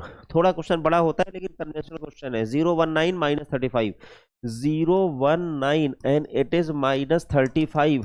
अब देखो यहाँ पे आने जा रहा है 0 0 0 0। बेटा -87 से डिवाइड करने जा रहे हो, देखो -87 से डिवाइड करो, इट इज 1, इट इज -4, 1 और -4, तो यहाँ पे आ गया 1 और -4। ऐसे ही बेटा R4 में यू आर डिवाइडिंग विद 62, यहाँ पे देखो 62 से डिवाइड करोगे 1 और -4 आ गया, 1 और -4। अभी इक्लॉन फॉर्म है नहीं, अब इसकी हेल्प से जीरो करेंगे बेटा, इसकी हेल्प से नीचे वाला जीरो करेंगे, किस्मत से ये भी जीरो हो जाएगा। तो यहाँ पे देखो R4 में चेंजेस आने जा रहे हैं, R4 -R3। तो ओवरऑल जो चेंज होके चीज आ गई वो ये है 1 2 0 1 2 0, फिर है 0 1 9 0 1 9 0 0 1, और इधर देखते हैं क्या है 4 4 है, -35 है, और बेटा ये क्या है -4, हाँ जी 0 0 0 0। Now it is in echelon form. बेटा ये 4x4 का मैट्रिक्स था, अच्छी बात है, चलो 4x4 छोड़ो। Now it is in echelon form because zeros is in increasing order and zero row occurs at a bottom of a matrix, these two are the conditions for echelon form. सही हो गया। अब बताइएगा ये कौन सा matrix है, बताइएगा। This is coefficient matrix. बेटा इसी को तो ए कहा गया था, ए, और ये कंप्लीट मैट्रिक्स आपका ए बी है, ये ए बी के इक्विवेलेंट है ना, तो आप इसको इक्विवेलेंट बोल सकते हैं, ए बी है। जरा ऑब्जर्वेशन से बताइए इक्लॉन फॉर्म से। इक्लॉन फॉर्म में कहा गया था rank of a matrix which is in echelon form equals to number of non zero rows. तो बेटा how many non zero rows are there in matrix A? 3 non-zero, first row, second row, third row. There are 3 non-zero rows, so the rank of A is 3. अच्छा, अब rank of augmented matrix मतलब A B की rank. बेटा इस complete matrix की rank पहले तो देखो हुआ क्या था, ए की रैंक निकालते समय, बोर्ड पे देखना, ए की रैंक निकालते समय इसको आपने छुपा रखा है, ये हाइड है। अब बताओ इसकी रैंक क्या है? नंबर ऑफ नॉन जीरो रोज से 3 आ गई। अब कंप्लीट मैट्रिक्स की रैंक अगर देखनी है, कि complete matrix is known as augmented matrix, तो complete matrix is also in echelon form, तो उसकी रैंक में भी वही रूल। अब बताइए पूरे मैट्रिक्स की रैंक, सर इसमें भी नॉन जीरो रोज 3 है because fourth row is again zero, so it is also 3। गलत हो गया, यहाँ पे पेन बदल दे, इट इज आल्सो 3। क्या दोनों इक्वल आ गए? हाँ सर इक्वल आ गए। It mean system is consistent, that is rank of A equals to rank of A B, ये तो कंफर्म आ गया। So system is consistent. System कौन सा? वो जो इक्वेशन का सिस्टम दिया था। कंसिस्टेंट का मतलब क्या होता है बेटा? कि सॉल्यूशन मिल जाएगा। हाँ, सिस्टम इज कंसिस्टेंट का मतलब सॉल्यूशन मिल जाएगा। तो बेटा सॉल्यूशन तो दो ही तरह से आ सकता है, whether it is unique solution और इनफाइनाइट सॉल्यूशन, दोनों में से कोई एक पॉसिबिलिटी। अब बेटा यूनिक सॉल्यूशन और इनफाइनाइट सॉल्यूशन की कंडीशन जरा हम याद करते हैं उस चार्ट में से, क्योंकि अभी आपको याद नहीं हुई होगी। देखो rank of A equals to rank of A B पर कह रहे हैं सिस्टम है सॉल्यूशन मतलब कंसिस्टेंट। अब यूनिक होगा कि इनफाइनाइट होगा? अगर ये रैंक नंबर ऑफ वेरिएबल्स के इक्वल है तो unique solution, if this rank is less than number of variables then infinite solution. अब ये वाली कंडीशन यहां चेक करते हैं। बेटा इस क्वेश्चन में how many variables are there? Sir there are 3 variables x y and z, total 3 variables are there. और रैंक आपने क्या निकाली है? Rank is also 3। तो देखो यहां पे लिख देते हैं, since rank of A equals to rank of A B equals to number of unknowns, unknown मतलब जो एक्स वाई जेड थे, नंबर ऑफ अननोन्स, और बेटा वो कितने हैं? 3, सब कुछ सेम है, तो पता चल गया यूनिक सोल्यूशन विल एग्जिस्ट। तो कभी कभी तो इतना ही क्वेश्चन पूछते हैं, यूनिक सोल्यूशन विल एग्जिस्ट। बेटा बस इतना ही क्वेश्चन पूछते हैं पहले तो कई बार, है ना, कि मतलब नेचर ऑफ सोल्यूशन बता दो, तो नेचर ऑफ सोल्यूशन में यूनिक सोल्यूशन, इनफाइनाइट सोल्यूशन, और अगर नहीं आ रहा होगा तो कह देते हैं नो सोल्यूशन। इतना तो हो गया। और कन्वेंशनल क्वेश्चन करना है इन्हें तो क्या करेंगे, कहते हैं also find the solution if possible, अगर पॉसिबल है तो सोल्यूशन भी निकालिए। वैसे देखो इन्होंने लिखा था सॉल्व करिए, बेटा सॉल्व करने का मतलब है कि अगर सोल्यूशन पॉसिबल है तो उसे निकालना है, अगर नो सोल्यूशन होता तो चुपचाप बैठ जाते, लेकिन कह रहे हैं निकालो अगर पॉसिबल है, तो इसका मतलब निकालना पड़ेगा ना। अब एक्स वाई जेड की कौन सी वैल्यूज आएंगी, इसको निकालने का तरीका क्या होगा, यहीं पे बेटा वो बैकवर्ड सब्स्टिट्यूशन मेथड लगता है, तो उसको चाहो तो आप हेडिंग डाल के लिख सकते हो इवेल्युएशन ऑफ सोल्यूशन। इसके आगे कैसे बढ़ाना है चीजों को, इवेल्युएशन ऑफ सोल्यूशन, मतलब ये सेकंड पार्ट मान लीजिए क्वेश्चन का। अभी तो नेचर पता चल गया कि in this system you will get unique solution. अब वो यूनिक सोल्यूशन निकालने के लिए हेडिंग डाल दी। बेटा आपके पास सिस्टम क्या था, given system is, given system is, जैसे जैसे आप लिखोगे वैसे वैसे मैं लिख रहा हूं, जो सिस्टम दिया हुआ था लिख लेते हैं एक बार उस सिस्टम को। 3x + 3y + 2z, 3x + 3y + 2z। बेटा ये सब वीडियो आप लोग तफरी में मत देखा करो, ये हम आपके एग्जाम के हिसाब से बना रहे हैं, तो एग्जाम के हिसाब से लिखना सिखा रहे हैं। अगर आप खाली तफरी में देख रहे हो तो बहुत मजा नहीं आएगा, इसकी करिए रील देख लीजिए, एंटरटेनमेंट चैनल देख लीजिए, वो ज्यादा सही है। जिन बच्चों को सीरियसली पढ़ना है, एग्जाम में क्वेश्चन क्रैक करना है, तो स्टेप मार्किंग होगी आपके सेमेस्टर एग्जाम में, स्टेप मार्किंग, तो वो स्टेप लिखना भी हम सिखा रहे हैं आपको। तो फिलहाल हम इक्वेशन लिख देते हैं। फिलहाल वो कौन सी इक्वेशन दी गई है, 3x + 3y + 2z = 1। अगला है x + 2y = 4, x + 2y = 4 third one is, third one 10y + 3z = -2, 10y + 3z = -2, and the last one is 2x - 3y - z, 2x - 3y - z = 5। बेटा ये जो सिस्टम था इसको आपने कोफिशिएंट मैट्रिक्स और इस तरह से लिख रहे थे ax = b टाइप में, तो देखो ax = b टाइप में लिख करके हम दिखा रहे हैं। कोफिशिएंट मैट्रिक्स तो लिख ही लिया था 3 3 2, जिसको हमने कंबाइंड फॉर्म में ऑगमेंटेड मैट्रिक्स बनाया था। 1 2 0 क्यों आ गया, बेटा इस सेकंड वाली इक्वेशन में z नहीं है, तीसरा वाला देखिए थर्ड वाली में x नहीं है, तो 0 लिख देंगे, 10 लिख देंगे, 3 लिख देंगे, और ये क्या है 2 है, -3 है, -1 है। यहाँ पे हम लिख रहे हैं x y z, और इधर बेटा वो कांस्टेंट मैट्रिक्स लिख रहे हैं 1 4 -2 और 5। देखो ये है आपका a, ये है बेटा x, ये है आपका b, इसी फॉर्म में तो लिखा जाता था ax = b टाइप, और ये मल्टीप्लिकेशन पॉसिबल है because it is satisfying the multiplication rule of matrix algebra, तो खैर ये पॉसिबल है, ऐसा कुछ आ गया। इसी चीज को कन्वर्ट करके आपने अभी अभी इसमें कन्वर्ट करा है, तो बेटा ये मैट्रिक्स देखो इक्विवेलेंट हो जाएगा किसके, दिखाते हैं आपको। ये एक्स वाई जेड में कोई चेंजेस नहीं, सबसे पहले तो ये x Y z as it is रह गया। बेटा ये जो कांस्टेंट वाला मैट्रिक्स था देखो इधर किसमें बदल रहा था, 4 - 35 4, देखो 4 - 35, और अगला बदला है -4 और 0 में, इस तरह से कन्वर्ट हुआ। अच्छा ये सॉरी कितने बाई कितने का था, ठीक है जितने बाई जितने का भी था वो उसमें बदल गया। ये जो कोफिशिएंट मैट्रिक्स है वो देखो इसमें कन्वर्ट हो गया था अल्टीमेटली, तो यहाँ लिख सकते हैं आपका ये प्रोसेस है इवेल्युएशन ऑफ सोल्यूशन का प्रोसेस, कि आखिर सोल्यूशन निकलेगा कैसे, 8th 9th के हिसाब से तो करना नहीं चाहते हम लोग 1, और ये लास्ट वाला 0 0 0, देखो ये वाला सिस्टम उसमें कन्वर्ट हो गया। अभी इसको मल्टीप्लाई करोगे तो बेटा ये लेफ्ट हैंड साइड वाला सिस्टम मिल जाएगा जिसका सोल्यूशन निकल नहीं रहा, लेकिन यही चीज आपने ऐसे कन्वर्ट कर लिया, ये इक्विवेलेंट है। कहा था एलिमेंट्री ऑपरेशंस के बाद जो मैट्रिक्स मिलते हैं that is called equivalent matrix, तो ये एक दूसरे के इक्विवेलेंट थे इसलिए ऐसा लिखा हुआ है। इससे फायदा क्या होने जा रहा है, देखो इसका बिगेस्ट एडवांटेज ये है कि जब आप इसको मल्टीप्लाई करोगे, ये आपका 3x4 का है, और बेटा ये कितने का है 4x3 का है, सॉरी ये बेटा ये आपका 4x3 का है, देखो 4x3, और ये क्या है 3x1, और इधर क्या आ रहा है 4x1, तो देखो मल्टीप्लिकेशन रूल तो पॉसिबल है। अब अगर मैं मल्टीप्लिकेशन के रूल लगा के इसको मल्टीप्लाई कर देता हूं तो बेटा दिस इनटू दिस, मल्टीप्लिकेशन कैसे होता है मैट्रिक्स का याद है, दिस इनटू दिस करेंगे तो आएगा x + 2y और +0z, चलो 0z ही लिख लेते हैं। दूसरा वाला क्या आएगा बेटा, 0x लिखने की जरूरत नहीं है, y + 9z, तो y + 9z ये आ गया। और तीसरा वाला देखो 0 0 0 × x + 0 × y + 1 × z, तो z, और लास्ट वाला सब 0 हो जाएगा 0। और इस साइड में क्या बच गया, इस साइड में तो जो एज इट इज आ रहा था वही लिख दिया, -35 -4 और 0, ठीक हो गया। ये मैंने मल्टीप्लाई कर दिया है। अब इससे फायदा क्या है जानते हो, ये कंपेरेबल हो गया, बेटा पहले earlier it was not comparable, देखो यहां से कंपेयर नहीं हो पा रहा था, लेकिन by using elementary transformations if it is possible to convert it into an echelon form then it will become comparable. अब कंपैरिजन हो सकता है, दोनों मैट्रिक्स इक्वल हैं, तो देखो z की वैल्यू -4 नजर आ रही है। नेक्स्ट पेज पे दिखाते हैं आपको कंपेरेबल कैसे हुआ है। देखो ये जो इक्वेशन आई है आपकी, वो इक्वेशन इस तरह, सर इतना बड़ा क्वेश्चन आता है, हाँ तो तभी तो ये 8 10 मार्क्स 6 मार्क्स का क्वेश्चन है। 6 मार्क्स या 10 मार्क्स का क्वेश्चन क्यों है सेमेस्टर एग्जाम में, इसीलिए तो है। 4 - 35 -4, 4 - 35 -4 और उधर है 0, तो बेटा ये 0, और इधर क्या क्या है, x + 2y है, y + 9z है। x + 2y है और y + 9z है, z है 0 है। ठीक बेटा, कंपेयर करके सबसे पहले z कंपेयर हुआ, तो बेटा z आया कितना, z = सर -4 आ गया, बहुत अच्छी बात है। अब अगला देखो y + 9z कंपेयर होके आने जा रहा है, y + 9z होकर के -35, और जो फर्स्ट वाली इक्वेशन है इट इज ऑल्सो कंपेरेबल, तो x + 2y की वैल्यू 4, कितना आसान हो गया सिस्टम।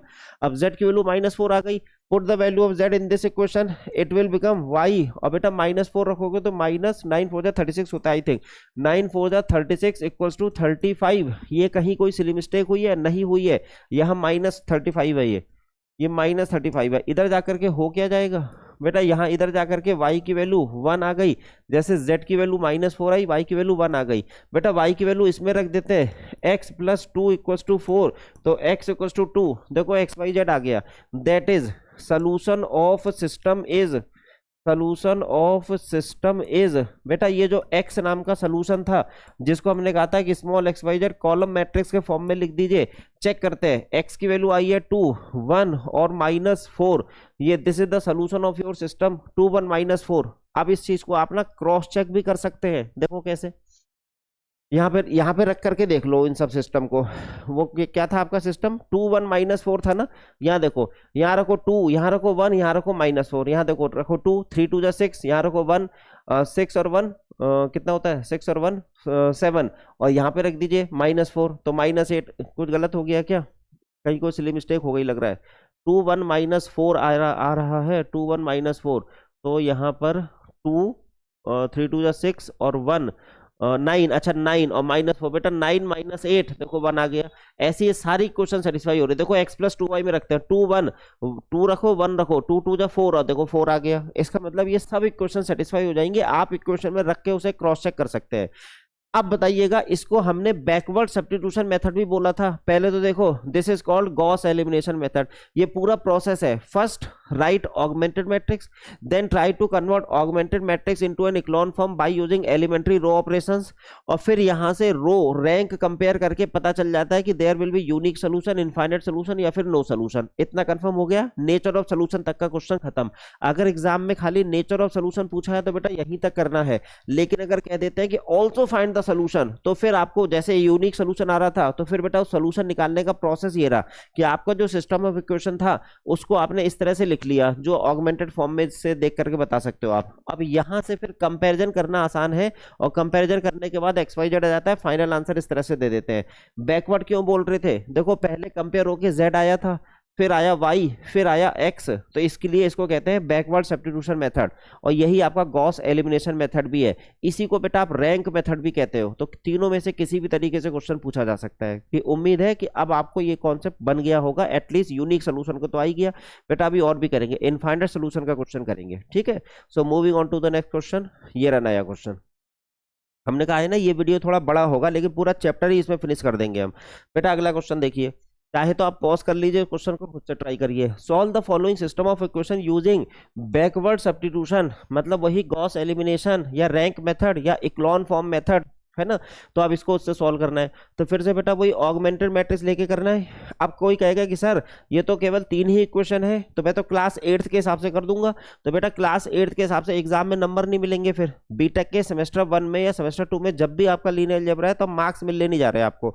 आपको करना वैसे ही है, बैकवर्ड सब्स्टिट्यूशन से या गॉस एलिमिनेशन, मतलब ऑगमेंटेड मैट्रिक्स बना के उसकी इक्लॉन फॉर्म निकालनी होगी। तो जल्दी जल्दी ट्राई करते हैं कि इसकी क्या आने जा रही है। तो बेटा यहाँ देखो, ऑगमेंटेड मैट्रिक्स AB, तो सीधे कोफिशिएंट मैट्रिक्स लिखना है पहले तो 1 1 1, देखो कोफिशिएंट 1 1 1 है, यहाँ पे है 2 1 4 2 1 4, and the third one is 4 1 और 10, ठीक है, ये तो हमारा कोफिशिएंट मैट्रिक्स, और इधर से कांस्टेंट मैट्रिक्स में 1 1 1 ही लिखा हुआ है। बेटा अब इसको ना इक्लोन फॉर्म में कन्वर्ट करते हैं, तो देखो with the help of this element try to make 0 0 at these two position. अब थोड़ा जल्दी हो जाएगा क्योंकि बेसिक कॉन्सेप्ट सीख लिया आपने। R2 minus 2R1। कुछ बच्चे कह रहे होंगे सर ये आंसर आ कैसे गया, अभी दिखा देंगे, इसमें भी चेक कर लो आ रहा है कि नहीं आ रहा, और मैंने क्रॉस चेक करके भी दिखाया आपको बेटा। 4R1 देखो, R3 माइनस 4R1। अब क्या करेंगे, R2 माइनस 2R1, पहले 1 बाई 1 ऑपरेशन करते हैं। R1 में तो कोई चेंज आया नहीं, तो 1 1 1 और 1। अब बेटा R2 माइनस 2R1, देखो R2 माइनस 2R1, तो इसमें से 2 टाइम्स सब्ट्रैक्ट कर दो 0, इसमें से 2 टाइम्स सब्ट्रैक्ट करो तो -1, देखो है ना, और फिर यहाँ से R2 माइनस 2, इसमें से 2 टाइम्स सब्ट्रैक्ट करो बेटा तो ये 2 ही आएगा। हाँ अच्छा, एक चीज और बता दूं, कुछ बच्चे मुझे कमेंट बॉक्स में लिख रहे थे कि सर हमारी इक्लॉन फॉर्म तो अलग आ रही है और आपकी अलग आ रही है। बेटा इक्लॉन फॉर्म यूनिक नहीं होती। इक्लॉन फॉर्म अगर आपने ऑपरेशन अलग लगाए हैं तो इक्लॉन फॉर्म अलग अलग आ सकती है, लेकिन उससे रैंक सेम आएगी। इक्लॉन फॉर्म का नेचर अलग अलग दिख सकता है आपको सेम क्वेश्चन में, लेकिन जब फाइनली रैंक निकालोगे by counting the number of non zero rows, तो बेटा वो नॉन जीरो रोज से जो काउंटिंग होती है वो सेम आएगी, मतलब रैंक नहीं बदलेगी, ऐसे सोल्यूशन नहीं बदलेगा। तो मतलब फाइनल सोल्यूशन या फाइनल रैंक जो बोल रहा हूँ वो सेम आएगी। इक्लॉन फॉर्म अलग अलग आ सकती है कि हो सकता है कोई ये वाले ऑपरेशन न लगाए, कोई दूसरे ऑपरेशन लगा दे, बस आपको इंक्रीजिंग पैटर्न में जीरो बनाने होते हैं, इतना ध्यान रखेंगे। आगे बढ़ते हैं बेटा, R2 minus 2R1, R2 minus 2R1 से -1। अब इसमें 4 टाइम्स करना है, यहां से 4 टाइम्स कर दिया 0, बेटा यहां से 4 टाइम्स कर दिया इट इज -3, यहां से 4 टाइम्स कर दिया तो यहाँ 6 आ गया, यहां से 4 टाइम्स कर दिया तो ये -3 आ गया। ठीक है, अब बताइए, हमने कहा था ना यहाँ पे 1 या -1 होना चाहिए। बेटा अच्छी बात है कि ये -1 बन गया, तो इसको 1 बनाने की जरूरत नहीं है, इसी की हेल्प से इसके नीचे वालों को 0 कर दीजिए। With the help of this element try to develop 0 at this position. तो ऑपरेशन सोचो क्या होगा, operation sir R3 tending to R3, और ये सेम साइन है तो माइनस करना पड़ेगा, -3R2। R3 -3R2 से चलो देखते हैं कि क्या होने जा रहा है। 1 1 1 और आगे लिख देंगे 1। आगे देखो R2 में तो कोई चेंज आया नहीं, 0 -1 2, और उधर आ गया -1। अब देखो R3 -3R2, बेटा पहले वाले में तो कुछ हुआ नहीं 0, अब R3 -3R2 तो ये प्लस हो जाएगा, मतलब 0 हो गया। अब R3 -3R2, बेटा यहाँ पर भी 6 हो गया ना, और 6 - 6 0 हो गया। अब यहाँ पर भी वही चीज, देखो 0 हो गया। अरे वाह, ये तो इक्लॉन फॉर्म एक झटके में बन गई है ना। देखो 0 रो नीचे आ गई, और 0 इंक्रीजिंग पैटर्न होने के लिए है ही नहीं, बस ये इक्लॉन फॉर्म जैसी दिख रही है। अब बताइएगा ये कौन सा मैट्रिक्स है, सर ये कोफिशिएंट मैट्रिक्स है। दिस इज कोफिशिएंट मैट्रिक्स, लिखा हुआ है A, और ये पूरा मैट्रिक्स क्या था, ऑगमेंटेड मैट्रिक्स। बेटा इसको देख करके बताना, यहाँ पे देख के बताना रैंक ऑफ A क्या निकल के आ रही है, देख करके बताओ। Rank of A, number of non zero rows 2। अच्छा, रैंक ऑफ बड़े वाले मैट्रिक्स की रैंक, सर बड़ा वाला matrix is also in echelon form, so it's rank is also number of non zero rows 2, दोनों की रैंक सेम हो गई। सिस्टम इज कंसिस्टेंट, कंफर्म हो गया, सिस्टम कंसिस्टेंट है। दैट इज, यही लिख देते हैं, that is system is consistent, मतलब सोल्यूशन निकलेगा।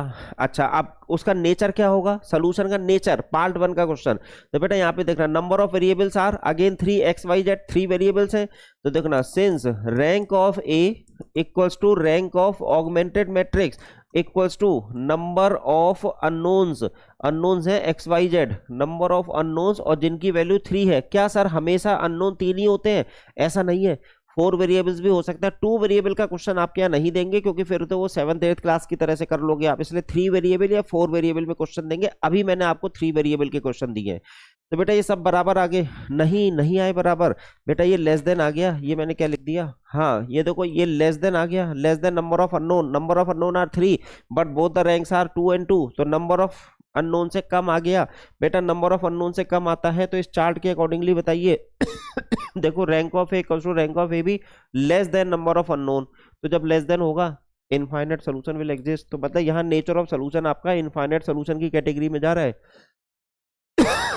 सो इनफाइनाइट सॉल्यूशंस एग्जिस्ट।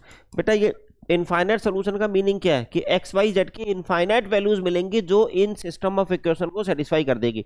सर ये इनफाइनाइट सॉल्यूशन निकालना सिखा दो, यूनिक सॉल्यूशन तो हमें पता चल गया, बैकवर्ड सब्स्टिट्यूशन से निकाल रहे थे। इनफाइनाइट सॉल्यूशन बेटा करने जा रहे हैं, second part, first part clear हो गया। इस सिस्टम के सॉल्यूशंस का नेचर है इनफाइनाइट सॉल्यूशन, मतलब ये आंसर है। फर्स्ट पार्ट का। अब सेकंड पार्ट देखते हैं भाई, सेकंड पार्ट चलो नेक्स्ट पन्ने पे देखते हैं।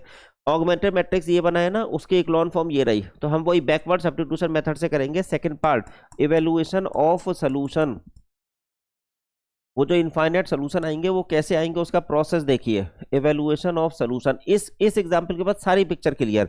गिवन सिस्टम इज, बेटा दिया हुआ सिस्टम क्या है, गिवन सिस्टम इज, पूरा ही लिखना चाहिए ना हम लोग को स्टेप मार्किंग के लिए। गिवन सिस्टम इज, सिस्टम लिख देते हैं x plus Y plus z equals to 1, x plus Y plus z equals to 1।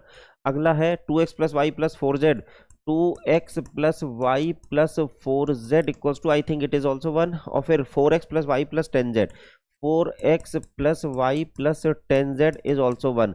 बेटा इसी सिस्टम को आप लोग कैसे लिखते थे, A X equals to B type में। अब A X equals to B type में सीधे लिख ही देते हैं। कोफिशिएंट मैट्रिक्स, कोफिशिएंट मैट्रिक्स है 1 1 1, फिर ये है 2 1 4, फिर बेटा ये क्या है 4 1 10, ठीक है। ये हो गया एक्स वाई और जेड, मतलब ये ए ये एक्स कैपिटल एक्स, और कांस्टेंट मैट्रिक्स इधर लिख के आ गया 1 1 1।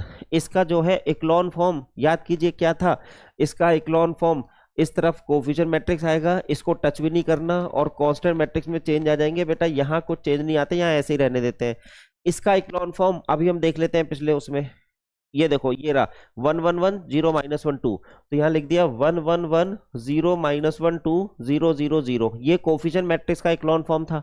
और कांस्टेंट मैट्रिक्स का इक्लोन फॉर्म क्या था, यहाँ पे देखो कांस्टेंट मैट्रिक्स का इक्लोन फॉर्म था 1 माइनस 1 0, तो यहाँ पे लिखा हुआ है 1 minus 1 0।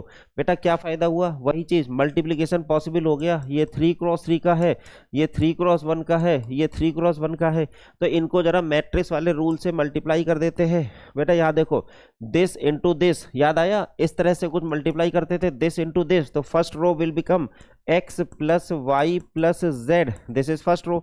Now the second row is this into this, तो 0 into x plus minus 1 into y plus 2 into z, तो बेटा केवल इतना बचेगा माइनस वाई प्लस 2z। और थर्ड वन इज 0 0 0 है, 0 into x plus 0 into y plus 0 into z, तो बेटा 0 ही रह गया। और राइट हैंड साइड में एज इट इज जो इक्लोन फॉर्म आई थी 1 माइनस 1 0, देखो कंपैरिजन होके नाउ इट इज कंपेरेबल। यही तो एडवांटेज है, स्टार्टिंग में कंपेरेबल नहीं था, देखो यहाँ पे कंपेरेबल नहीं था, after converting it into an echelon form now it is comparable. अब यहां से देख करके आंसर आ सकता है, देखो यहाँ पे अभी पूरी तरह तो आंसर नहीं आया, माइनस वाई प्लस 2z की वैल्यू माइनस 1 आ गई है, ठीक है। और क्या आ गई है, और एक चीज आ गई है x plus Y plus Z equal to 1। बेटा यहाँ 3 वेरिएबल्स हैं, इक्वेशन 2 ही रह गई, इसका मतलब यूनिक सोल्यूशन तो आएगा नहीं, और वैसे भी आपको शुरुआत में बोला था इनफाइनाइट सोल्यूशन, तो बैकवर्ड सब्स्टिट्यूशन के हिसाब से हमें किसी एक वेरिएबल को लेना पड़ेगा। तो अगर मैं यहाँ पर, बेटा यहाँ पर अगर ऐसा ले लूँ, यहाँ पे देखना लेट z इक्वल्स टू, हमें नहीं पता क्या है, तो z की वैल्यू k मान लो।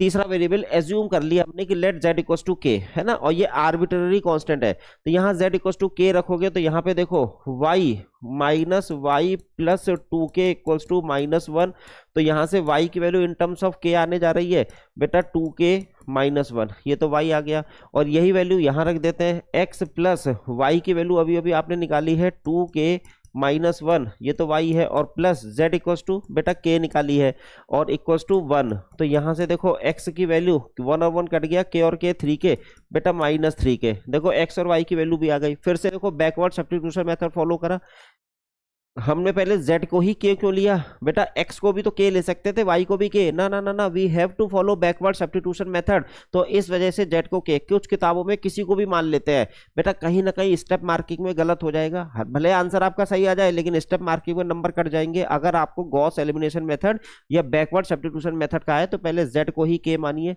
क्योंकि जब कम इक्वेशन रह जाए तो एक कांस्टेंट को एक वेरिएबल को कांस्टेंट एज्यूम करना पड़ता है। इस तरीके से एक्स वाई जेड आ गया, दैट इज। अब जो सोल्यूशन की बात करें, वैसे तो यही सोल्यूशन है, लेकिन अगर हम उसे कैपिटल एक्स के फॉर्म में देना चाहें तो देखो कैपिटल एक्स के फॉर्म में आंसर आपके आने जा रहा है माइनस 3 के आगे y की वैल्यू है 2k माइनस 1, 2k माइनस 1, और बेटा z की वैल्यू क्या है, k है। यहाँ पे k क्या है, एनी रियल नंबर, बेटा k can be any real number, है ना, तो क्योंकि वो arbitrary constant, let z equals to k, चाहो तो मैं लिख देता हूं आर्बिट्ररी कांस्टेंट, के आपका आर्बिट्रेरी कांस्टेंट है, ये है आपका solution. Because it depends on K, so we will have infinite solution. क्या क्या इनफाइनाइट सोल्यूशन है, देखो इनफाइनाइट सोल्यूशन जैसे के इक्वल्स टू अलग अलग जो वैल्यूज आपके मन में आए वो सारी वैल्यूज जरा सोचो तो इनफाइनाइट सोल्यूशंस दिखाता हूं मैं आपको। बेटा के को 0 रख देते हैं, जरा रख देते हैं 0, तो आ गया 0 -1 0, देखो 0 0 0, ये -1 बचा, एक सोल्यूशन ये रहा। मतलब x की वैल्यू 0, y की वैल्यू -1, z की वैल्यू 0 रख करके देख लो, y की वैल्यू -1, कुछ गलत हो गया लग रहा है, 2k -1 था, 2k +1 था बेटा, ये 2k +1, यहाँ पे देखो ये -1 उधर जाके +1 होगा, तो ये 2k +1 होगा, तब ये 1 1 कटा, हाँ जी हाँ जी 2k +1 होगा ये, देखो कोई बात नहीं, गलती सही हो गई। तो अब देखो x = 0 y = 1, यहाँ रखो x0 y z0 y1 1 1 आ गया, x0 z0 y को 1 रखो, यहाँ रखो, देखो 1 रखो, एक सोल्यूशन ये रहा।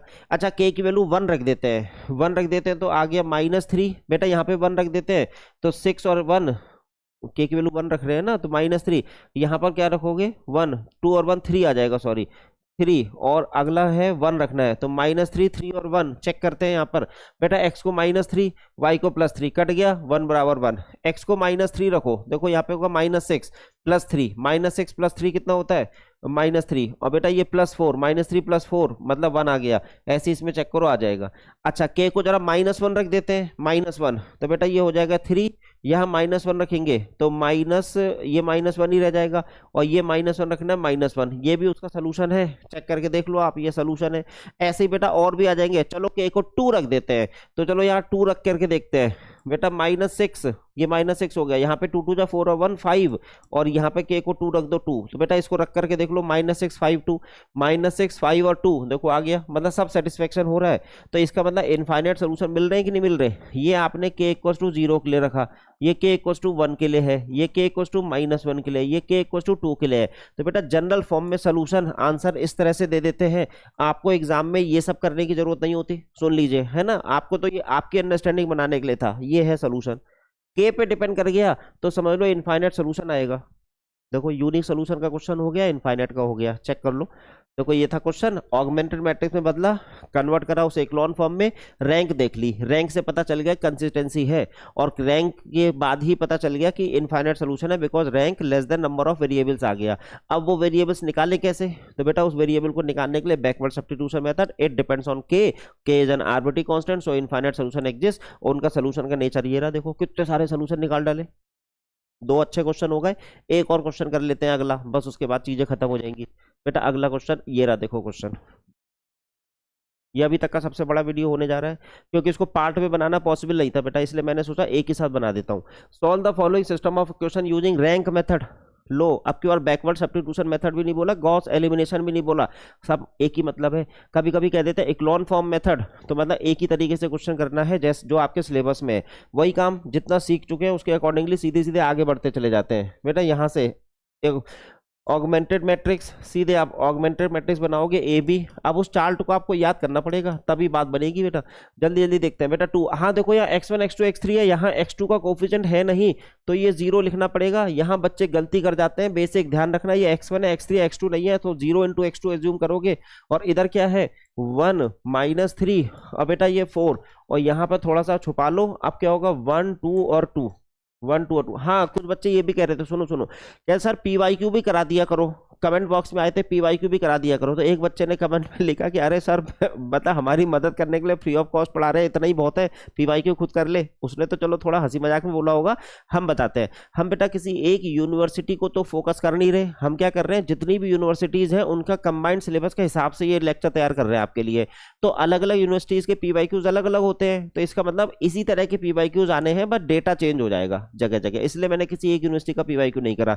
कोई बच्चा कहता है सर मैं NIT में हूं तो मैं क्या कर लूं, मैं IIT में हूं तो कर लूं। मैंने डे 1 को बेटा इंट्रोडक्शन वीडियो जरूर देखा करो, हमने बोल रखा था आप किसी भी IIT में पढ़ रहे हो, NIT में पढ़ रहे हो, गवर्नमेंट इंजीनियरिंग कॉलेज में हो, प्राइवेट इंजीनियरिंग कॉलेज में हो, या किसी यूनिवर्सिटी में हो, है ना, तो जहां से बीटेक होता हो, बेटा सब जगह अगर लीनियर अलजेब्रा का सिलेबस है तो ये सब सिलेबस का पार्ट होता है। ये इन्हीं सबसे मिला जुला के क्वेश्चंस बना देते हैं।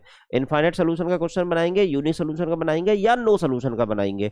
चलो अब इसको कन्वर्ट करते हैं। बेटा अच्छी बात ये है कि इट इज यूनिटी, तो इस यूनिटी के हिसाब से अगला तो 0, अच्छा 0 करना पड़ेगा बेटा, R2 tending to R2 - 2R1, और बेटा R3 में अगर करना होगा तो R3 थोड़ा जल्दी हो जाएगा, R3 माइनस R1। अब इसके बेसिस पर ये इन वीडियोस की वैल्यूज आपको तब पता चलेगी जिस दिन एग्जाम में 2-3 दिन बचे होंगे, तब आप ये वीडियोस देखना, हजारों में व्यूज आएंगे एग्जाम से 2 दिन पहले, हम जानते हैं आप बच्चों का नेचर।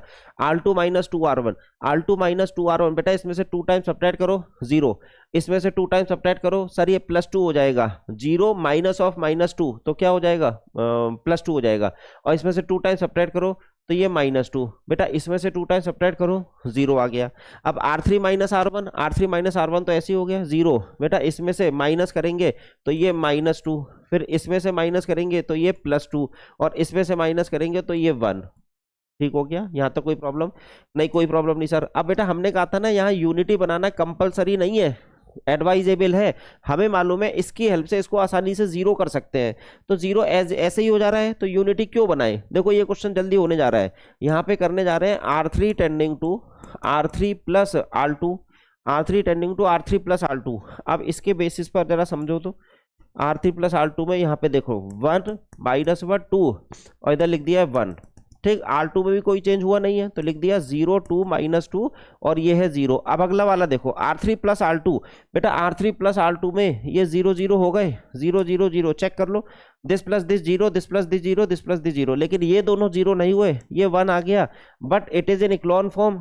देखो इक्लॉन फॉर्म में 0 इंक्रीजिंग पैटर्न में होना चाहिए। ये क्या है सर? ये तो कोफिशिएंट मैट्रिक्स है, और ये बड़ा वाला मैट्रिक्स क्या है? Augmented matrix, coefficient matrix, augmented matrix. अब क्या करें? रैंक बताइए, rank of coefficient matrix, because it is in echelon form, number of non zero rows को काउंटिंग करिए, लेक्चर 2 में बताया था 2, रैंक ऑफ ए 2 है। अगला देखो augmented matrix is also in echelon form, बेटा ये बड़ा वाला मैट्रिक्स भी इक्लॉन फॉर्म में है, बट इसमें number of non zero row 3 है। First row is non zero row, non zero row, non zero row, because we have 1 non zero element in third row, so it will be considered as non zero row. तो बेटा यहाँ पे rank 3 आ गई, दोनों की rank different है, क्या करें सर? याद नहीं आ रहा, याद नहीं आ रहा तो हम याद दिला देते हैं, लो दोनों की रैंक डिफरेंट है। यहाँ देखो, if rank of A is not equal to rank of A B inconsistent, देखो चार्ट में लिखा है rank of A is not equal to rank of A B inconsistent. हो सकता है ये चार्ट आपको अच्छे से विजिबल ना हो, तो थोड़ा सा इनलार्ज करके क्वालिटी बढ़ाइएगा अपने यूट्यूब की देखने की, और उससे अपने नोट्स बना लीजिएगा। ये फ्लो चार्ट बेटा सबसे इंपॉर्टेंट है, इसको याद करके ही क्वेश्चन होगा, और छोटे क्वेश्चन 1 मार्क्स के क्वेश्चन इस चार्ट में से ही पूछ लेते हैं। तो फिलहाल दोनों की रैंक सेम नहीं होगी, तो नो सोल्यूशन। तो यहाँ कंफर्म हो गया कि यहाँ सोल्यूशन नहीं मिलने जा रहा, इस पर्टिकुलर क्वेश्चन में सोल्यूशन नहीं मिलने जा रहा, तो आंसर ही आ गया। Since rank of A is not equals to rank of A B, तो answer is, so system has no solution. बेटा सिस्टम के अंदर कोई सोल्यूशन नहीं होगा, सिस्टम हैज नो सोल्यूशन, बस इतना ही है। मतलब जब कोई सोल्यूशन ही नहीं है तो small x small y small z की वैल्यू या x1 x2 x3 की वैल्यू क्या दे, तो आप चाहो तो ये भी लिख सकते हो उसमें, दैट इज वो जो x था जिसके अंदर बेटा x1 x2 और x3 लिखा गया था, बस क्वेश्चन मार्क ही रह गया, हमें नहीं निकल पा रहा, तो क्वेश्चन मार्क मतलब नो सोल्यूशन, निकला ही नहीं अल्टीमेटली किसी भी तरह से। बेटा मैंने तीनों नेचर के क्वेश्चन करा दिए आपको, यूनिक सोल्यूशन का भी, और ये नो सोल्यूशन का भी, और इनफाइनाइट सोल्यूशन का भी, और नेचर भी समझाया आपने। एक बात और देखी, ये वाले मेथड कब अच्छे हैं? जब बेटा इक्वेशंस ज्यादा हो या कम हो। देखो यहाँ पे क्या है, 3 इक्वेशन 3 वेरिएबल, चलो कोई बात नहीं। पिछले क्वेश्चन में क्या था, 3 इक्वेशन 3 वेरिएबल, कोई बात नहीं। लेकिन बेटा इससे पहले वाले क्वेश्चन में क्या था, यहाँ देखो 4 इक्वेशंस और 3 वेरिएबल। नंबर ऑफ इक्वेशंस जैसे जैसे ज्यादा होंगी वैसे वैसे छोटी क्लास के मेथड काम नहीं आएंगे। तो ये वो कन्वेंशनल अप्रोच है जिससे आप किसी भी सिस्टम का सोल्यूशन निकाल सकते हैं, चाहे वो कितना ही बड़ा सिस्टम हो। बस ऑगमेंटेड मैट्रिक्स को इक्लॉन फॉर्म में बदल के फॉर बैकवर्ड सब्स्टिट्यूशन मेथड लगा देना है। ठीक हो गया। चलो, कभी कभी एक आध बार क्वेश्चन ऐसा होता है आपके सेमेस्टर एग्जाम में ना, यूनिक सॉल्यूशन वगैरह ना पूछ के कंडीशन पूछ लेते हैं कि कौन सी कंडीशन लगाई जाए कि इसमें यूनिक सॉल्यूशन मिल जाए, या इनफाइनाइट सॉल्यूशन मिल जाए, या नो सॉल्यूशन मिल जाए। तो बेटा उससे रिलेटेड चीज देखो यहाँ पर, ये उससे रिलेटेड एक पर्टिकुलर एग्जाम्पल मैंने रखा है, ये है वो एग्जाम्पल। ऐसा भी क्वेश्चन कभी कभी आ जाता है, तो आपकी पूरी तैयारी हो जाए एक ही वीडियो में। इस 1 घंटे के वीडियो में पूरा टॉपिक खत्म। देखो ये रहा वो question, consider the system this. बेटा यहाँ सिस्टम दिया है, देखो राइट हैंड साइड में अल्फा बीटा गामा दे दिया है ना, और अल्फा बीटा गामा कांस्टेंट है। जैसे अभी तक कांस्टेंट मैट्रिक्स होता था ना राइट हैंड साइड वाला, उसकी जगह अल्फा बीटा गामा। कह रहे हैं discuss the nature of solution बेटा नेचर पूछ रहे हैं, नेचर ऑफ सोल्यूशन इफ, अब ये कंडीशन सामने लगी है कि अगर alpha plus beta plus gamma non zero है या alpha plus beta plus gamma zero है, तो सबसे पहला काम हम बेटा इसमें ऑगमेंटेड मैट्रिक्स बनाएंगे। देख के हमें डरना नहीं है कि भाई पता नहीं क्या पूछ लिया, सिंपल सिस्टम ऑफ इक्वेशन दिया है, ऑगमेंटेड मैट्रिक्स बना के इक्लोन फॉर्म में बदलिए, कुछ ना कुछ तो हो ही जाएगा। तो सबसे पहले सिस्टम क्या है आपके पास, minus two X plus Y plus Z. बेटा देखो given system is minus two X plus Y plus Z equal to alpha, ये अल्फा बीटा गामा कांस्टेंट है, हमने लिखा नहीं है, यहाँ लिखा होगा क्वेश्चन में जब एग्जाम में आएगा। तो x minus two y plus Z equal to beta, x minus two y plus Z equal to beta, और साथ में x plus y minus two z, x plus y minus two z equal to gamma. ठीक हो गया बेटा।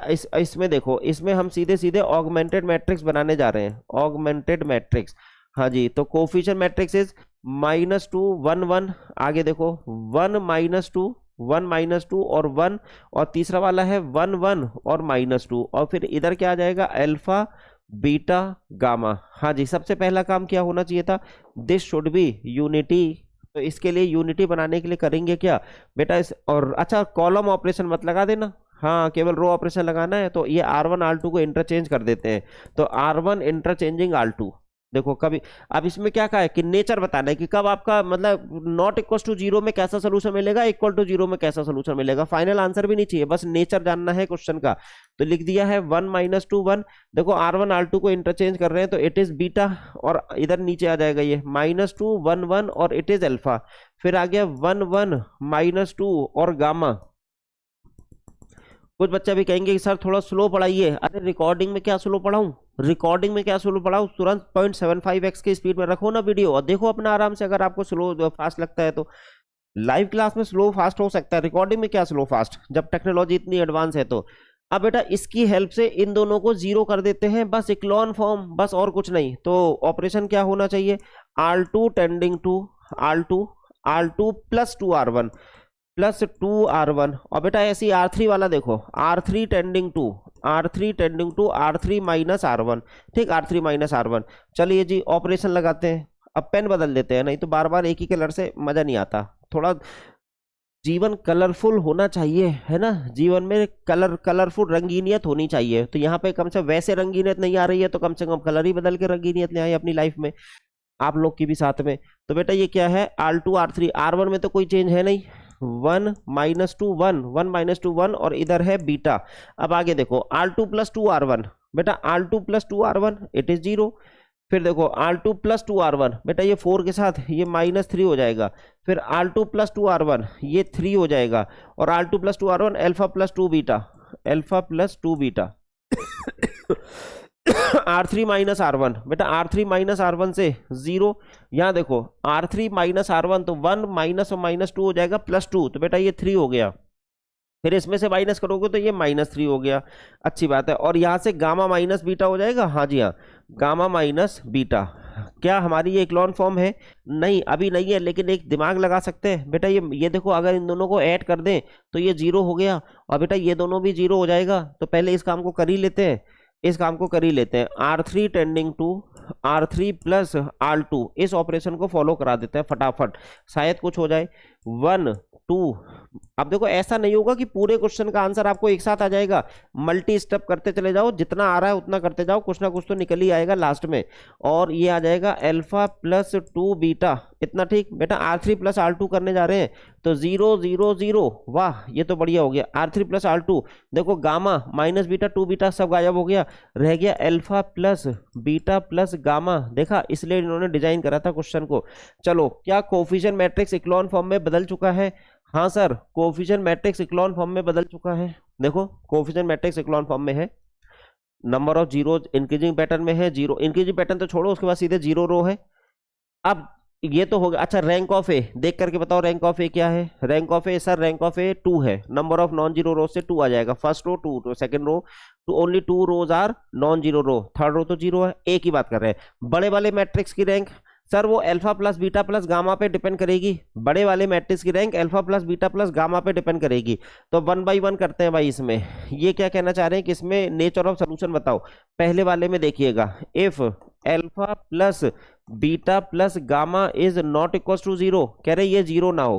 बेटा अगर ये जीरो नहीं है तो then you will have non zero element at this position, non zero element. अच्छा रैंक ऑफ ए तो आपने बता दी है, रैंक ऑफ ए क्या है, रैंक ऑफ ए सर 2 है, उसमें तो कोई चेंज नहीं हुआ। अब बताओ रैंक ऑफ ए बी क्या हो जाएगा, ऑगमेंटेड मैट्रिक्स की rank, if it is non zero element then augmented matrix will have 3 non zero rows, 3 non zero row मतलब इक्लॉन फॉर्म की डेफिनेशन से 3। बेटा दोनों रैंक सेम नहीं आई, rank of A is not equal to rank of A B, so no solution. बेटा इस situation में नो सोल्यूशन है, पार्ट 1 में नो सोल्यूशन।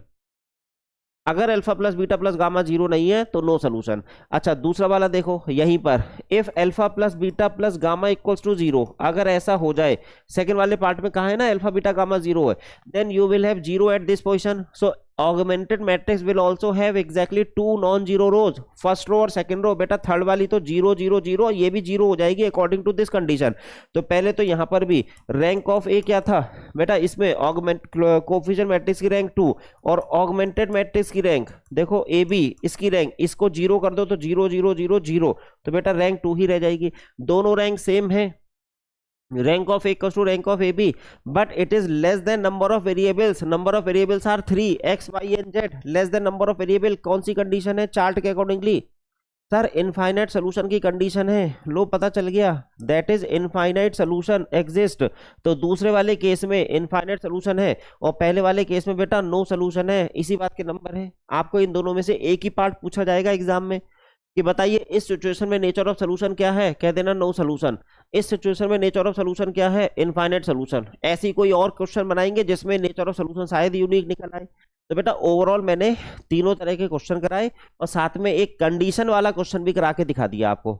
अब आप मान सकते हैं कि ये पूरा चैप्टर फिनिश हो गया है आपके लिए। नॉन होमोजेनियस सिस्टम बहुत अच्छे तरीके से आपने समझ लिया, ठीक है, लेकिन जब तक कि होमवर्क के क्वेश्चन ना हो तब तक मजा नहीं आता। तो बेटा समरी तो आप जान ही चुके हो, समरी में क्या था कि ax equals to B type का सिस्टम है। इसमें फिर से सुन लीजिए, ए क्या है कोफिशिएंट मैट्रिक्स, एक्स क्या है सोल्यूशन मैट्रिक्स, बी क्या है कांस्टेंट मैट्रिक्स, दोनों को मिला के ऑगमेंटेड मैट्रिक्स बनता है। ऑगमेंटेड मैट्रिक्स की फिर रैंक इक्लॉन फॉर्म में कन्वर्ट करते हैं एलिमेंट्री रो ऑपरेशन से, फिर दोनों की रैंक निकालते हैं, कोफिशिएंट मैट्रिक्स की रैंक, ऑगमेंटेड मैट्रिक्स की रैंक, फिर उनको फॉर्मूलों से कंपेयर कर लेते हैं। उसके अकॉर्डिंगली नो सोल्यूशन आता है, इनफाइनाइट सोल्यूशन आता है, यूनिक सोल्यूशन आता है। वो फॉर्मूले आपको जस्टिफाई कर देंगे। फॉर्मूलों का प्रूफ कहां से आना है, कोई प्रूफ नहीं, फॉर्मूले का कोई प्रूफ नहीं बेटा, वो आपके यहाँ डायरेक्ट यूज करना है, ठीक है। अब आगे देखो, ये है होमवर्क के क्वेश्चन। बेटा मैंने 3 क्वेश्चन आपको दिए हुए हैं, ये तीनों क्वेश्चन आपको ट्राई करने हैं, आंसर लिखे हुए हैं जिससे कि आपकी प्रैक्टिस भी हो जाए। इसके बाद कुछ भी एक्स्ट्रा नहीं पढ़ना होगा आपको। यहाँ देखो discuss the nature of solution. बेटा ये डिस्कस का क्या मतलब होता है, मतलब कि यूनिक है, इनफाइनाइट है, नो सोल्यूशन है, इतना बता दो। और आगे लिखा है and if possible also evaluated. If possible का मतलब अगर नो सोल्यूशन आ रहा होगा, जैसे तीसरे वाले में नो सोल्यूशन आ रहा है तो कैसे निकालें, कुछ नहीं ऐसे छोड़ देंगे। लेकिन अगर यूनिक सोल्यूशन या इनफाइनाइट सोल्यूशन आ रहा है तो इफ पॉसिबल है तो उसको निकालना भी है। तो बेटा 3 अलग अलग कैटेगरी के क्वेश्चन दिए हैं यहाँ पे। देखो पहले तीसरे वाले को चेक करो, अरे इसका नेचर चेक करो। तो बेटा हमने इसमें देखो ऑगमेंटेड मैट्रिक्स जब लिखेंगे उसको इक्लॉन फॉर्म में बदलेंगे तो लगभग ऐसी फॉर्म आएगी ये जो सामने दिख रही है। अब आपकी इक्लॉन फॉर्म अलग अलग हो सकती है लेकिन रैंक उसकी सेम आएगी। देखो ये कौन सा मैट्रिक्स है, कोफिशिएंट मैट्रिक्स, इसकी रैंक कितनी है सर, इसकी रैंक 2 है क्योंकि लास्ट रो 0 0 0 आ गई।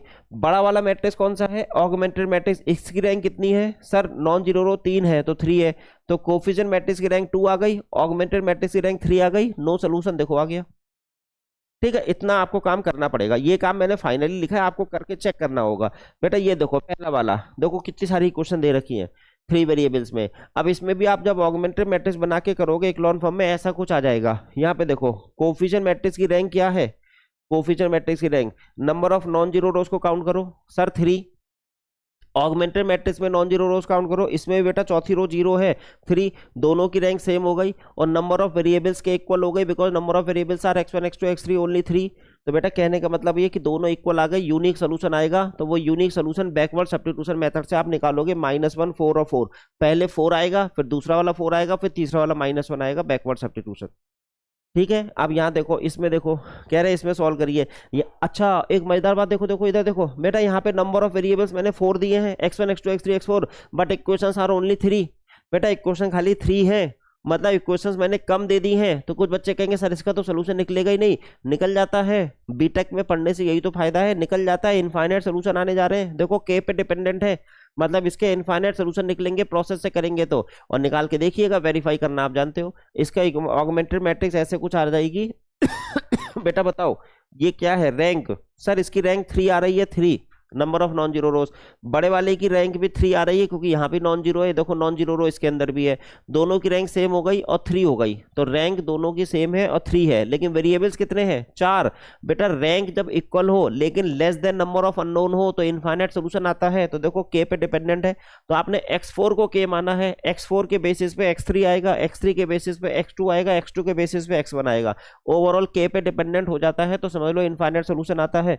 दैट इज लिख दिया इनफाइनाइट सोल्यूशन। तो अब करोगे क्या, ये 3 क्वेश्चंस की आप प्रैक्टिस कर लेना, 4 क्वेश्चन मैंने करा दिए, ओवरऑल 7 क्वेश्चंस हो गए कन्वेंशनल नेचर के, और उस चार्ट को याद कर लीजिएगा। उस चार्ट के बाद ही चीजें आपको अच्छी तरीके से ब्रश अप हो पाएंगी, तभी क्वेश्चन कर पाओगे।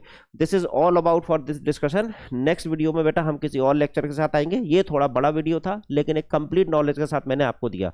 Thanks to all of you and good day to all of you.